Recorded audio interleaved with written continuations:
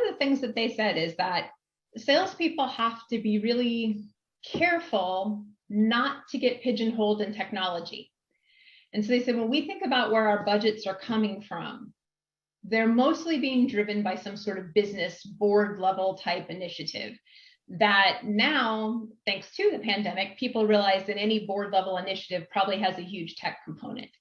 But they said few, like if you look at proportionally, few of our major projects are really things that we initiate and we nurture and we issue in IT. Most of them are actually coming from the business side. And so one of the things that we do when we talk to our buyers is, walk me through the anatomy of a buy, right? So last time you spent a big, over $250,000 on something in the tech space, kind of walk me through what that process was. And 85% of them said that the decision-making committee always has business people on it. And so the implication from a sales perspective is what the buyers are saying is, my technology sellers need to be more fluent in the business issues before they even get to me, because that's where the money starts.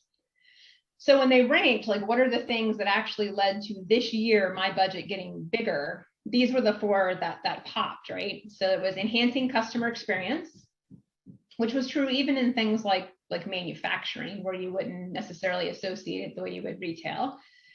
Managing risk from a business perspective. So this is like a board level view of security, not just like technology threats.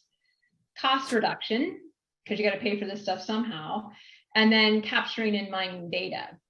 And what they said was different about this list than like 2 years ago is if you look at this, it's a combination of top line things. So things that are designed to create products, to drive revenue, and your traditional, let's go to tech because we need to save money. We need to automate workflows. We need to reduce processes, things like that. And so what the buyers are telling us is it's putting them in more on the business side of the house, and they need to be better at talking about business too. And so if I'm deep into the infrastructure on something, but my company is worried about CX, end customers may be way, way away from my world. So I'm looking at my seller to help me bridge that gap.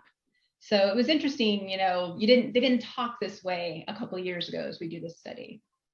And then from a business side, like I always look at, no matter what you're selling, you have to say, if you go to the CFO, kind of what's your value prop? So, risk and security, understand, obviously saving money on the cost reduction, but the enhanced CX and then the, capturing data mining, assume that would kind of apply to the kind of revenue side of things, which is, okay, if those areas get improved, that helps those companies increase their revenue.